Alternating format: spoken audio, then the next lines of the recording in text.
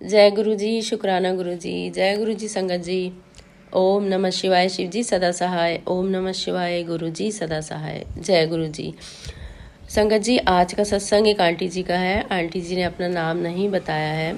संगत जी, आंटी जी ने सत्संग हमें रिकॉर्ड करके भेजा है और जैसे आंटी जी ने रिकॉर्ड करके भेजा है वैसे ही हम आपको सुनाएंगे। तो संगत जी, आइए आज का सत्संग सुनते हैं आंटी जी की ही आवाज़ में। जय गुरु जी। गुरुजी, संगत जी, मैं अपना सत्संग शेयर करना चाहूँगी और अपना शुक्राना सत्संग से पहले मंत्र जाप करूँगी। ओम नमः शिवाय, शिव जी सदा सहाय। ओम नमः शिवाय, गुरुजी सदा सहाय। तो संगत जी, ये ऐसे शुरू हुई बात कि मैं एक फ़ैशन डिज़ाइनर हूँ, तो मैं एक्सपोर्ट हाउसेस में काम करती हूँ, गारमेंट एक्सपोर्ट हाउसेस।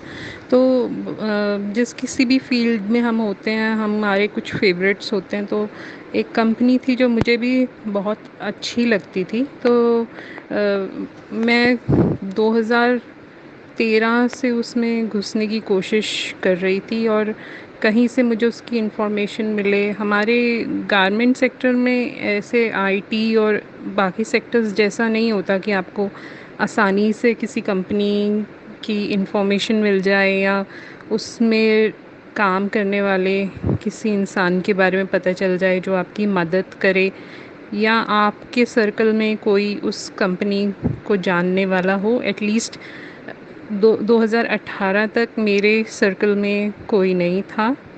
तो मुझे किसी तरह से ओनर का नंबर मिल गया और मैंने डायरेक्टली ओनर को व्हाट्सएप किया कि ऐसे ऐसे है कि मैं एक फ़ैशन डिज़ाइनर हूँ और आपके कंपनी के लिए मेरे मन में बहुत रिस्पेक्ट है। तो मैं जॉब ढूंढ रही हूँ और अगर आपके पास है, अगर आप मुझे इंटरव्यू कर सकते हैं, कोई ओपनिंग है तो प्लीज़ आप मेरे सीवी को देख लीजिए। और वो मेरे पास रिप्लाई भी आ गया इंस्टेंटली कि कब मिल सकते हो। तो मैंने डे फाइनलाइज़ कर लिया उनके साथ और मैं गई जॉब के इंटरव्यू के लिए, जो कि बहुत ही अच्छा इंटरव्यू था। और ओनर खुद भी बहुत ही अच्छा इंसान था। जैसे कि मैंने सुना था उनके बारे में हर जगह से, शायद उससे भी वो कई गुना ज़्यादा अच्छे थे। और मतलब जॉब करके तो जो फ़ायदा जिसको होता होगा सो होता होगा, पर मेरे को तो सिर्फ़ एक इंटरव्यू देने से ही बहुत फ़ायदा हुआ उस दिन, जो मैं ऐसे बता नहीं पाऊँगी। But it was one of the best days of my life, like जहाँ पर मुझे अपने बारे में इतना पता चला जब मैं उनको इंटरव्यू दे रही थी। तो फिर उन्होंने कहा ज़रूर कि हाँ, हमारे पास कोई वैकेंसी तो नहीं है, पर मैं कोशिश करूँगा कि किसी तरीके से आपको रखा जाए। तो ऑब्वियसली फिर मैं वेट करती रही, कोई रिवर्ट नहीं आया। मैंने एक बार पूछा भी शायद मैसेज करके, तो उसका भी जवाब नहीं आया। तो फिर मेरे दिमाग में ऐसे ही आया, क्यों ना मैं गुरुजी के यहाँ जाऊँ और फिर गुरुजी से, तब हमें ऐसे अरदास लगाने का कुछ पता नहीं होता था, बट समहाउ ये अब मैंने इस चीज़ के लिए गुरुजी के सामने अरदास लगाई। तो अरदास लगाना इन द सेंस कि जब मैंने अरदास लगाई तो मैंने ये कहा कि मैं मतलब 40 दिन लगातार आऊँगी गुरुजी को। तो क्योंकि हमारे सिखिज़्म में वो चालीसा ही करते हैं, वैसे गुरुजी तो डेज़ वगैरह के साथ बाउंड नहीं होते। वो मतलब 5 मंडे या 40 दिन ऐसे किसी चीज़ के लिए नहीं बोलते हैं, बट कुछ अपने आप को काउंट करने के लिए मेरे को चाहिए था। या तो सीधा ही बोल दो कि हर दिन आओगे, तो हर दिन वाली बात ही हो जाती है। एक चालीसा के बाद दूसरे चालीसा शुरू कर दो, ट्यूसडे वेडनेसडे तो आप जा नहीं सकते, तो ये चालीसा वैसा तो है नहीं कि आप हर दिन जा रहे हो, 2 दिन का तो बीच में वैसे ही ब्रेक आ जाता है। तो फिर मैंने जाना शुरू किया। तो फर्स्ट दिन ही मैं गई, तो देखो एक बात है कि गुरुजी की जो कम्युनिकेशन आपके साथ होती है, जिसको हम टेलीपैथिक कम्युनिकेशन कहते हैं, वो आपको समझ आ जाती है कि हाँ ये मैसेज मेरे लिए है। तो अब चाहे वो मैसेज आजकल फेसबुक पे हमारे को या यूट्यूब पर हमको हमारे सामने आ जाता है एज अ मैसेज, तो हम उसको पढ़ लेते हैं।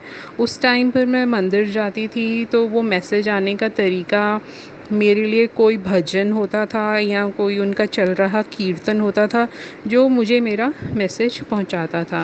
तो लाइक फर्स्ट डे ही मैं गई ये सोच के चालीसा करना, अरदास इस चीज़ के लिए, मेरे को ये वाली जॉब चाहिए गुरुजी बोल के। तो वहाँ पे भजन शुरू हो गया। इबादत करे बंदिया इबादत करन नाली गल बनदी है, किसी दी अज बनदी है किसी दी गल कल बनदी है। तो ये गहरी बात है इबादत करना। तो इससे मुझे ये तो समझ आ गया कि ये एक चालीसा से बनने वाली बात तो है नहीं। तो जब तक गुरुजी का इशारा नहीं होगा कि हाँ अब ठीक है, ये इबादत अब तुम सही कर रहे हो, तो तब तक मुझे आना पड़ेगा। तो संगत जी ऐसे ही फिर ना मैंने फर्स्ट चालीसा पूरा करते करते एक दिन और मैं आई, तो एक शब्द बजा जो कि फिर मुझे लगा कि हाँ ये भी मेरे लिए है। और आप मानेंगे कि देखो शब्द अब जैसे मैं जितने दिन आती हूँ 40 दिन, या तो वो शब्द हर दिन ही बज जाता था, या कभी मेरे दिमाग में कोई बात आती थी तो उस पे वो शब्द बज जाता था, तो मुझे वो पता चलता था कि ये मेरे लिए, पर वो बजता ज़रूर था। तो तो मेरे लिए एक बहुत ही पॉजिटिव मैसेज होता था अपने आप को मोटिवेटेड रखने का कि हाँ मैंने अपनी ये जर्नी जो यहाँ आने की है, बुलाते तो गुरुजी ही हैं बट कंटिन्यू करनी है। तो ऐसे ही करते करते एक चालीसा हुआ, फिर दूसरा चालीसा हुआ, फिर जाके तीसरा चालीसा, मतलब अगर कहीं ऐसे नहीं कि एक के बाद दूसरा ऐसे ही शुरू कर दूंगी, पर अगर कहीं 10 दिन के लिए जाना पड़ेगा तो 10 दिन जाकर अगर चालीसा ख़त्म हो जाता है, उसके बाद में अगर कहीं 10 दिन का ब्रेक लेना है तो 10 दिन का ब्रेक लेने के बाद शुरू कर दूंगी। कहीं आपको कभी अपने होम टाउन जाना होता है या कहीं और जाना होता है, तो मेरे ख्याल से मेरे 4-5 चालीसे ऐसे हुए होंगे। और उसके बाद मैंने वही ब्रेक ली। और ब्रेक मैंने इसलिए लिए क्योंकि मुझे किसी नेचुरोपैथी सेंटर पे जाना था अपने इलाज के लिए, एक जनरल बॉडी डिटॉक्सिफाइंग के लिए जाना था। तो मैं वहाँ चली गई। तो वहाँ गई, वो तो एकदम ऐसे जंगल बियाबां सुनसान एरिया, ग्रीनरी बहुत, जहाँ पे उन्होंने वो नेचुरोपैथी सेंटर ऑब्वियसली ऐसी जगह पे ही बनाएंगे। और बहुत मोर होते थे वहाँ पे, और तब मुझे ये नहीं पता था कि मोर गुरुजी की ब्लेसिंग होती है, बट बहुत मोर होते थे वहाँ पे। तो मोरों का डांस लाइक छत पे चढ़े हुए हैं, और मतलब हर दिन हमने देखना। तो उसके लिए भी मैं जानती नहीं थी, बट अब शुक्राना कर सकती हूँ कि इतने मोर गुरुजी ने दर्शन करवाए। तो अनंतम अनंतम शुक्राना गुरुजी उन मोरों का दर्शन करवाने के लिए। और मेरा वहाँ स्टे चलता रहा जो कि 1 या 2 महीने का होना था नेचुरोपैथी सेंटर में। तो जब वो स्टे चल ही रहा था, और उसमें क्योंकि मैं डिटॉक्सिफाइंग के लिए, तो फिर मैं शाम को वॉक करती थी, तो अकेली मैं ही होती थी। वो गोल चक्कर इंस्टीट्यूट के आसपास मैंने काटे जाने, दूर दूर तक खेत खलियान, कोई इंसान नहीं दिखता। तो मेरे दिमाग में ऐसे ही आया, गुरुजी आप मुझे हर बार वो शब्द सुनाते थे ना जब मैं आपके मंदिर आती थी, तो जो जिससे मुझे ये पता चलता था कि हाँ मतलब मुझे वहाँ जॉब मिलेगी और ये सब। तो जो मतलब मेरे लिए एक मोटिवेशन था ट्राई करते रहने के लिए और हर दिन आपके वहाँ आने के लिए, अब ये यहाँ बियाबा जंगल और एक इंसान नहीं आना दिखाई देता, तो मुझे आप यहाँ पर क्या करोगे? आप तो कहीं भी कुछ भी कर सकते हो ना, पर अब आप बताओ मुझे यहाँ पर क्या करोगे? तो मेरे दिमाग में आया और फिर मैं राउंड तो ले रही थी, राउंड लेके मुड़कर वापस आई। तो बड़ी मतलब मैं कभी भी गेस नहीं कर सकती थी, वहाँ आकर एक दूसरे अंकल बैठे हुए थे, जो कि खुद भी नेचुरोपैथी के इलाज के लिए ही आए हुए थे। तो वो अंकल आराम से बैठे हुए थे और मैं जैसे ही उनके सामने से निकली, उन्होंने उनके मोबाइल पर एक नया गाना या भजन बजना शुरू हो गया, जो कि वही भजन था जो गुरुजी मुझे हर बार सुनाते थे मंदिर में, और ज़ोर ज़ोर से वो बजे।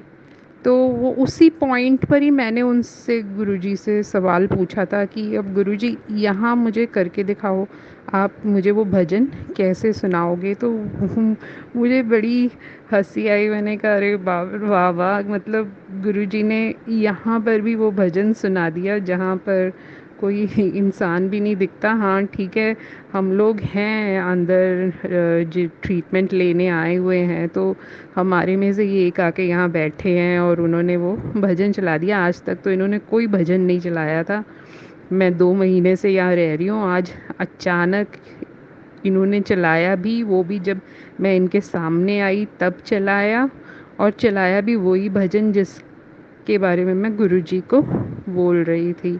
तो इस तरीके से गुरुजी से जब आप सवाल पूछते हो तो मतलब अब ये बड़ा ही एक्साइटिंग सा और मुझे एडवेंचरस सी ब्लेसिंग लगी।